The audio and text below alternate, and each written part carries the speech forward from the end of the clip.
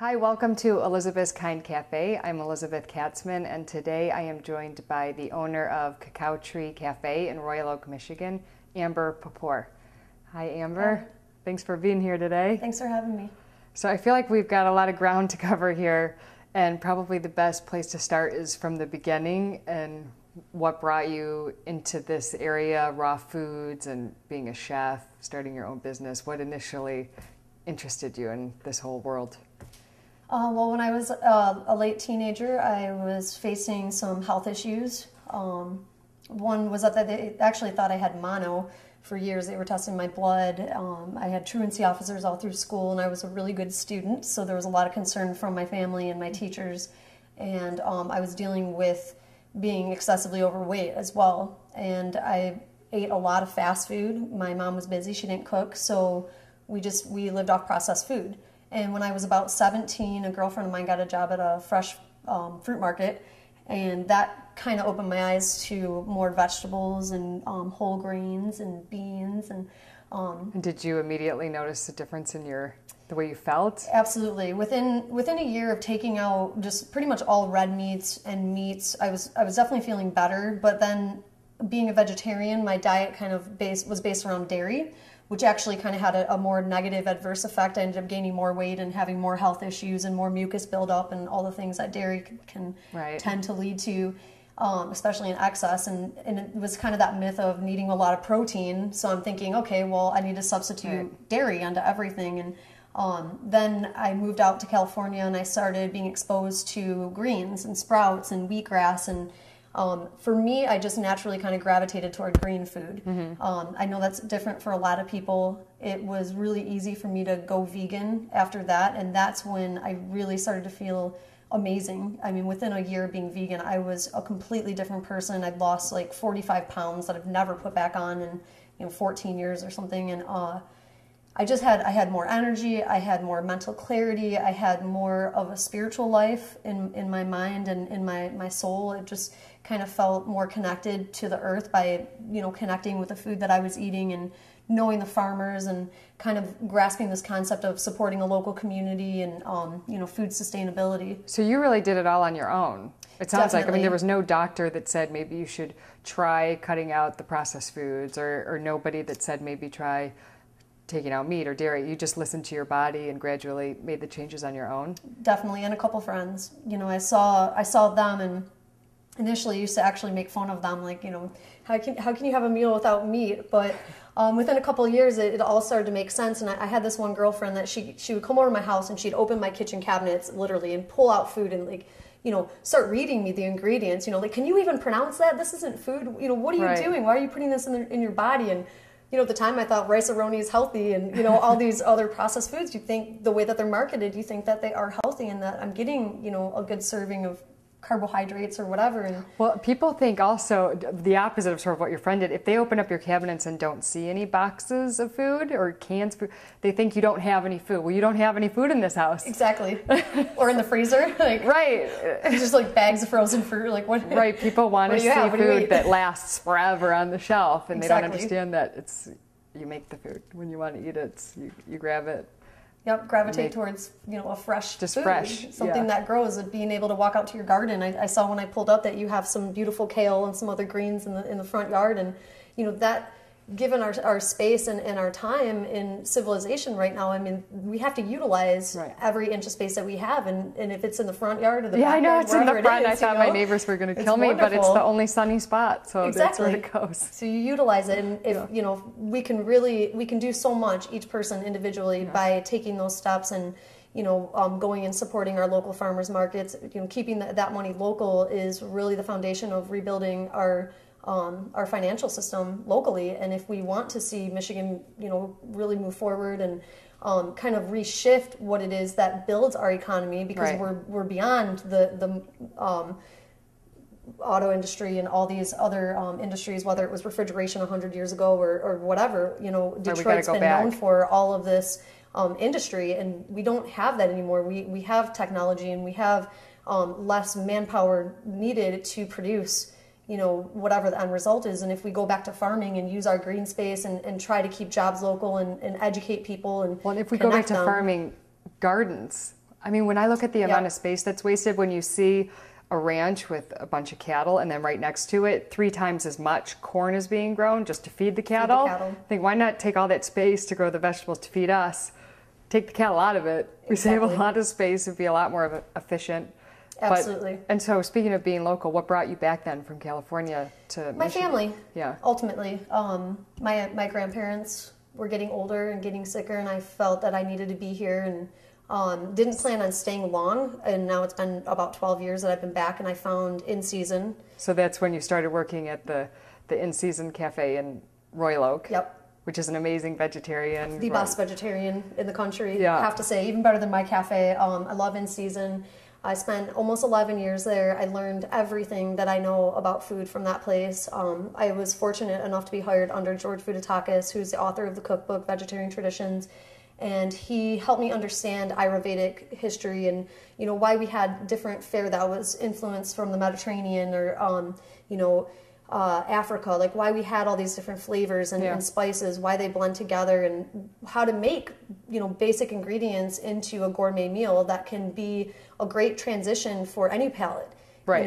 It's really challenging to get the average person that's on the standard American diet to enjoy vegan, vegetarian food if they're not used to it. Right, the way he cooks, definitely you would never even notice that there's not meat on the plate. Exactly. Yeah. You don't leave There's feeling nothing that you missing. missed out on something, and Definitely. that's a huge thing, and that was a great bridge to get people in. It's a great platform to work with people, and I'm so thankful for my experience there because I was able to really get out there, work with a lot of people. I've met people that have been led to this through just being diagnosed with a serious terminal disease, a lot of degenerative diseases. And, when you can teach them that eating greens every day, making a green smoothie, that actually can promote a lot of healing. People that are diagnosed with diabetes and heart disease, I mean, Right. these things can be reversed if we're willing to put the effort into making the change. And Right. blending up greens or eating them in some form every single day and really every meal, you're on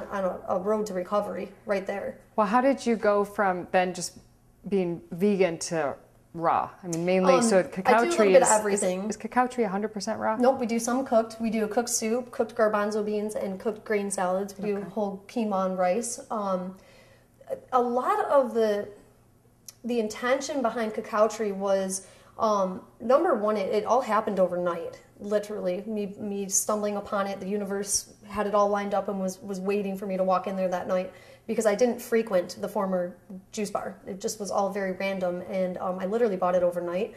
And given the Yeah, that's amazing. You walked in and they said it was for sale. It was a sale, Tuesday no, night at 7 o'clock, and I bought it at 10 o'clock the next morning. And it actually happened to be during the week of the Dream Cruise when In Season was closed. We were doing some heavy remodeling, and I was on I was 42 days into a phase 1 zero glycemic detox. All greens, mostly green juices and green smoothies. And so I ended up going in there kind of randomly, and it just all unfolded. So that was in August and you opened in October. Yep, that was late fast. August. Wow. We got the keys September 15th, almost a year ago, or a little over a year ago, and we opened October 25th. So it happened very quickly. Not a lot of preparation time, and the current head chef of In Season, Thomas Lasher, who's been an incredible friend of mine for over a decade, he actually helped me invest into the juice bar, or it never would have happened in the first place. So In Season is my family, they're my friends, and given the proximity of location, I really wanted to do something that would set us aside Right. from the fare that they were offering. And one way to do that was when we first opened, I hired 2 chefs. Hitoko Sakai, who is just unbelievably talented and amazing. She's been the raw chef at Zerbo's and Livonia and is known quite well through the area. Right. And Zachariah Lang is another one who's been doing raw chocolates out of his own Yeah, your home for chocolates years. are And amazing. yeah, the chocolates are over the top. So bringing them on board was really a way to kind of transform my experience from learning at In Season and the background that I had from learning in raw in 2003. It really kind of pulled everything together and collectively we created a menu, and they're the ones that are ultimately responsible for all of the specials that we do and just the amazing end result of the product. You know, I kind of held the space for that, for the community, and it's all just, it's been very much a collective effort. Well, it's always busy when I go. People are always talking about it. I mean, I know it's doing very well. What are the hours? 9 to 9, actually, Monday through Saturday. We're currently closed on Sunday. We're doing cooking classes on Sundays once a month right now, and we will be increasing that in the future. But yeah, it's 9 to 9. We have breakfast, lunch, and dinner. So. And you do cooking classes all around town, too. You've got classes at the Birmingham Community House. And where else are you doing? I've been, in the past, I've done a lot of classes at the Detroit Waldorf. I enjoy doing parent-child classes, actually. That's really what I'm passionate about, and I really want to bring that into, there's the Henry Ford West Bloomfield. They have a program called DK Kids, and it's an amazing program. I've been invited to help get out there and help with that program, so hopefully when my schedule frees up, that's really what I want to be doing, is working with kids again, and also at the Detroit Waldorf. Cool. Yeah. And what are we going to make today? Today, one of my personal favorites, getting into raw foods. One thing that I'm aware of is that we can't eat a full seasonal raw menu. You know, we live in Michigan. We have a long, harsh winter. So a key for me is preserving different foods. And with raw food, it's hard to preserve some foods because you can't really can. You can't bring it up to that high of a temperature to make, like, you know, tomato sauce, for example, which is quite a common food that we preserve, or jellies and things like that. So one thing that I love is dehydration. It can be an amazing tool, and you can have a lot of creativity with the dehydration. So yeah, we were talking about that earlier. I have been waiting a while to get it, and finally, maybe a month ago, we got it. And it's literally every day we're dehydrating something. And the kids love to do it. They love to cut everything up and see how it shrinks, and they love the taste, and it's incredible. I mean, that thing is running all the time. It's amazing. It's better than the oven. Yeah, for sure. You really can use it, because even with an oven, you can't really comfortably leave the house and have something in it. So with the dehydrator, there's a timer, you know, and it's so versatile for the uses. You know, you can do the sweet desserts and that you savory. can do. Like, people don't realize that you could do cookies and brownies along with fruits, vegetables, everything. Exactly. Well, our cinnamon rolls at the cafe, which are amazing, raw cinnamon rolls. You know, that's one of the things that we actually dehydrate, and it opens up a whole new world, and it really creates this platform to be able to expose the standard American diet palate into something that's going to be comfort. You know, I mean, we all have some sort of nostalgic experience with a smell or sound or food, and having familiar food flavors can take you back to, you know, your grandparents and some of the favorites that you had growing up. And we're going to do some kale chips, but we're going to be a little bit more creative. I brought kale from my garden, also some Swiss chard from the garden. Yeah, it looks amazing. I don't know if everyone can see this, all from Amber's garden. And the thing I love about Swiss chard is just this vibrant, brilliant color that you get. And rainbow chard is another way that you can refer to it. And today we're going to use, the green leaf, but there's so much more that you can do with this stem. I would never let the stem go to waste, because you can saute it. You can do like a raw dehydrated stir fry, which we do quite common. But I'm not personally someone that promotes a 100% raw food diet all the time. I think that everybody individually has to really be their own doctor and understand their own body, because something that works for somebody being 100% raw might not be the healthiest alternative for somebody else. So I know, I hear that from, a lot of people want to sort of maybe be negative about something you might be into. And so when you tell people about eating raw, oh, well, I know somebody who they were deficient in this, that, and the other thing, and I knew someone else that really got sick. And yes, I mean, every diet has its pros and cons for every individual, because we're all different. So the important thing is to listen to your own body, to know your own body and what works for you. Exactly. Yeah. And do your research. You can't live on French fries and processed foods as a vegan, and that can easily happen for some people. And and even for myself, going vegetarian and vegan, when I didn't know how to cook before I got my job at In Season, I was not a healthy vegan vegetarian. I think it's hard in the beginning, unless you've got a background in cooking, or you've got good knowledge of nutrition. Exactly. I think a lot of people when they first start, it's a lot of bread. Yeah, exactly, which Yeah. is such an easy food to eat. And Yeah. even now for me, I mean, thankfully I don't have a gluten sensitivity, but I still eat bread. I mean, I love it. You know, it's such an addicting food. And I mean, I love my greens and I'll eat greens all day long, but bread is, Yeah, it's like just a comfort food. delicious. Yeah. This here I brought some curly kale in, also from the garden. This is just like a traditional Yeah, I curly use a lot leaf of that, kale, yeah. which I love.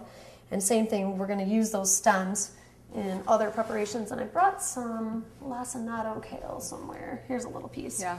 This is the lacinato, or otherwise known as dinosaur kale, a lot of people call it. Yeah. I love this stuff. I love to use it. There's a little caterpillar. I love to use this stuff in kale salad, which when we do our kale chips here, we're going to see how easy it is to do kale chips or kale salad. It's kind of, they both really have a similar preparation and go hand in hand. Well, I'm excited to see because usually I have to admit I end up throwing the stuff in the compost. So I want to know how I can use compost is great. I recommend juicing the stem. Oh. Because it's a great green, Yeah. and you can still get so much out of it even though it's just a stem. And you know, with the Swiss chard now, you can see there's a huge vein that runs through this. And personally, one thing for me is I love to handle my food.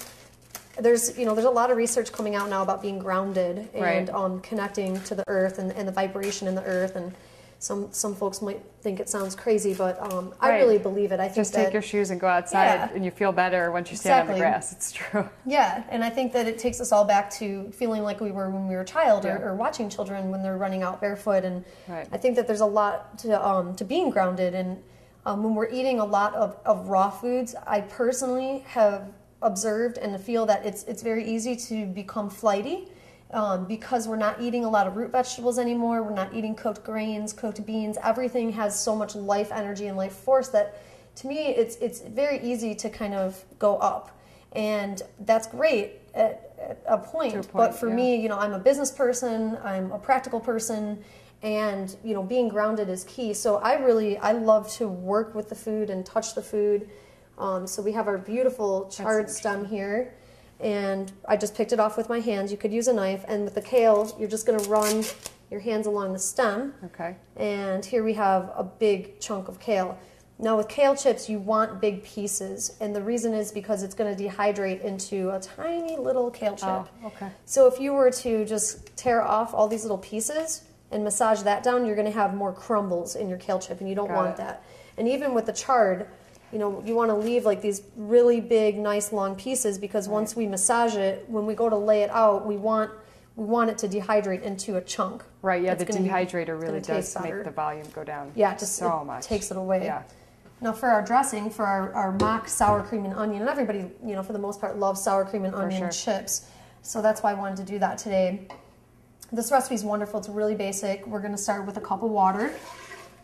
And purified water is always recommended. We have a mineral system that we use at the cafe, so it's actually perfectly alkalized and mineralized.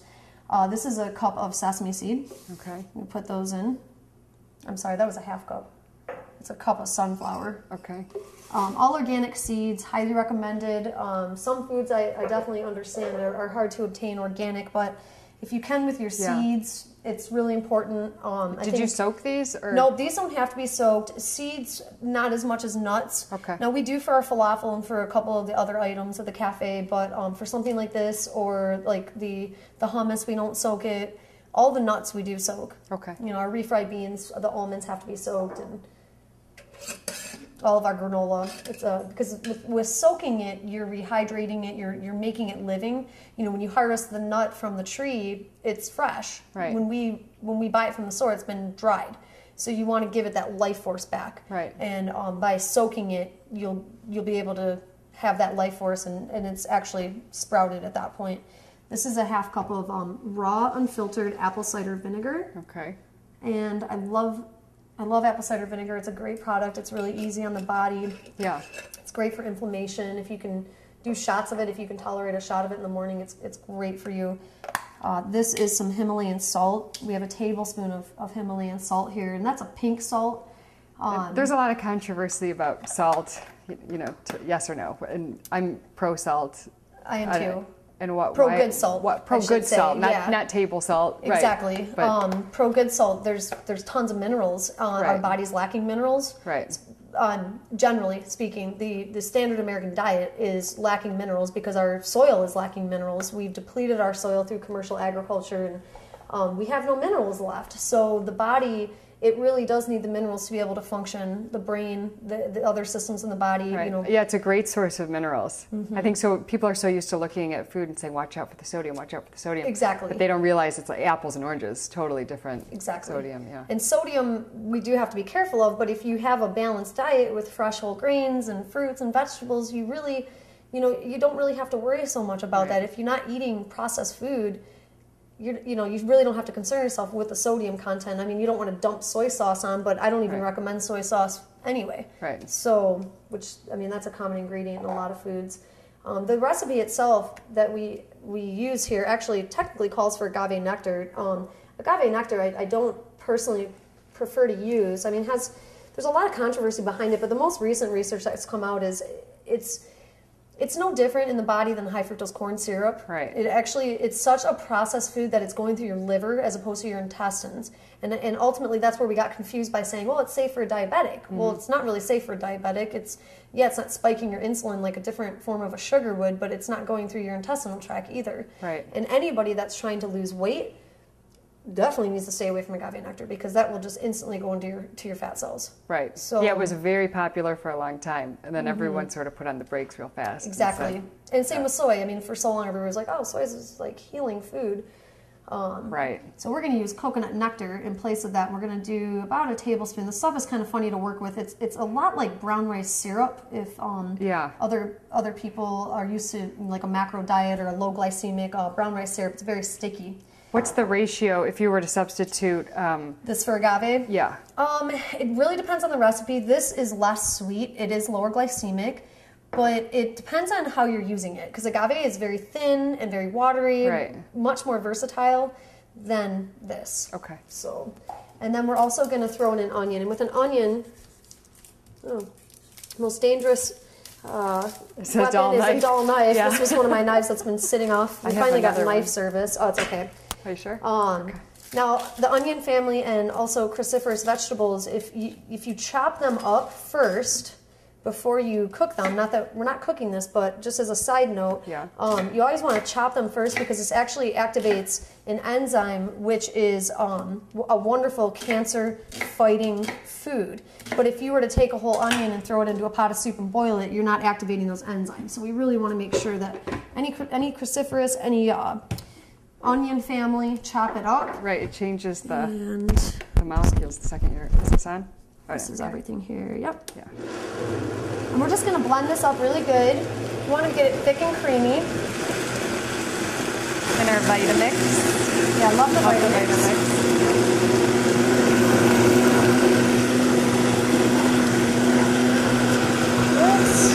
And then if you just want to hand me some greens. Let's see.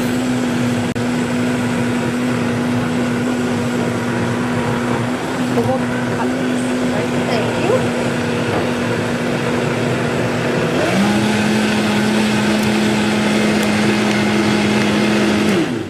The key is to get a nice creamy consistency. Yeah, it's thick. That's nice. And the thicker it is, the longer it's going to take to dehydrate. So you want to be mindful that you let it dehydrate for about a day to a day and a half. And I'm just going to pull off some of the stems here. Remember, keep your stems. You can juice them. And did you put this over your... No, the Teflex can be a little dangerous with dehydrating because it can really inhibit mold growth because the air doesn't flow through. Now for this, you're literally just going to dump your dressing into the kale. Okay. And oh my God, my kids would love to do this. You're going to massage it. You just get in there. I mean, literally, you're going to literally massage it. And we have, like I said, now this is a Swiss chard and kale chip blend. And this is a great way. I mean, if you have a Swiss chard plant in the backyard that's just producing, this is a great way to go through a lot of it because, it's going to dehydrate down to nothing.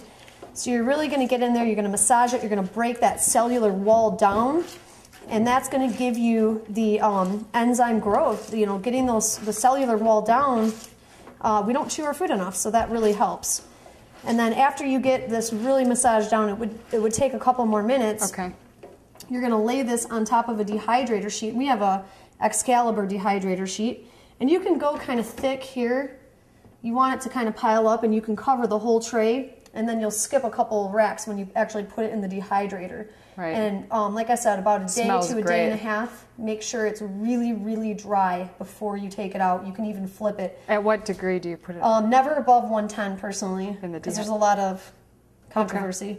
But yeah, definitely keep it on the netted sheet, not the Teflex sheet. Teflex is great for other things, but not for kale chips. Well, this looks awesome. It was really 2 seconds Yeah, to make. That was super easy. Sweet. So Amber, thanks so much for coming today. And Thanks if anyone for wants to having me. find you, where they go to Cacao Tree. CacaoTreeCafe.com, and also there's an email you can send to info@CacaoTreeCafe.com, or you can find us on Facebook. Okay. Thanks for joining us today at Elizabeth's Kind Cafe. We'll see you next time.